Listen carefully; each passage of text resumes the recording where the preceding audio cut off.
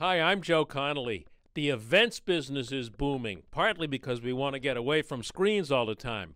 Brooklyn Magazine's Northside Festival is growing.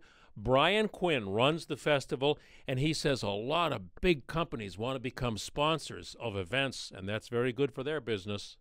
We are building events both for our own audience and then also for brands. So for us, the biggest idea right now is, as a media company, as a company that connects companies and brands, other companies that we work with to our community, our biggest goal right now is growing and expanding that events business and, the ways, the touch points in which we interact with our community around things that are basically passionate to them: music, technology, and food.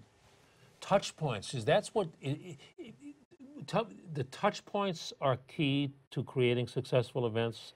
I think passions are key. So passions of a community, like if you're a media company and you're speaking to them on issues that they are, excited about, and that could be things that, there are obviously organizations that cover the news and politics. We cover music. We have great performances at McCarran Park and across 350 bands across 50 venues.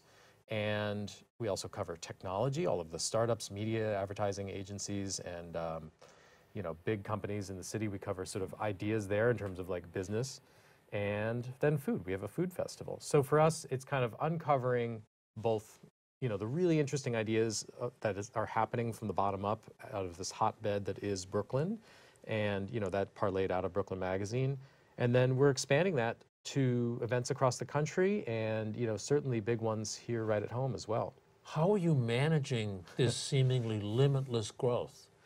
I mean, there's plenty to cover, and there are many organizations that do what we do, and we're trying to, make our place within that, our own identity. We have, for example, music. We're kind of a little bit of a challenger festival because we are the family-owned business that's been here for 9 years that, is not a reaction to, it's basically at the same time and kind of happening opposite the big Government Ball, which is owned by Live Nation, and Panorama, which is owned by AEG, like multinational corporate, So we're kind of like, okay, well, we're also covering the latest bands in Brooklyn. Like, we are very embedded into the scene.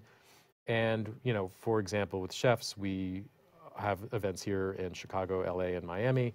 And we essentially do the same thing in each city. We just cover like what is inherently exciting and really beautiful about the work that those people do in those cities. It seems to me as though the quote events business just keeps growing and growing and growing. Yeah, it does. I mean, it was interesting with technology and, all of us being embedded into our mobile phones, just looking at screens all the time.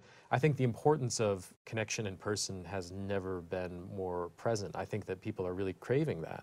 And it's hard to find these things. I mean, it's interesting that, New York as its own culture, you would have seen, let's think about tons of venues across the city and, a very robust music scene that is kind of brick and mortar based. Well, that's sometimes, gets continually pushed farther out into the boroughs or stripped away in certain parts of downtown.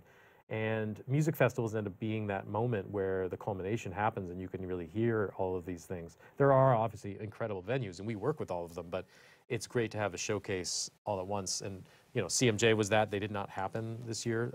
So we are maybe one of, if not the only, like one right now, showcasing that scene in one swath, in a week. Yeah.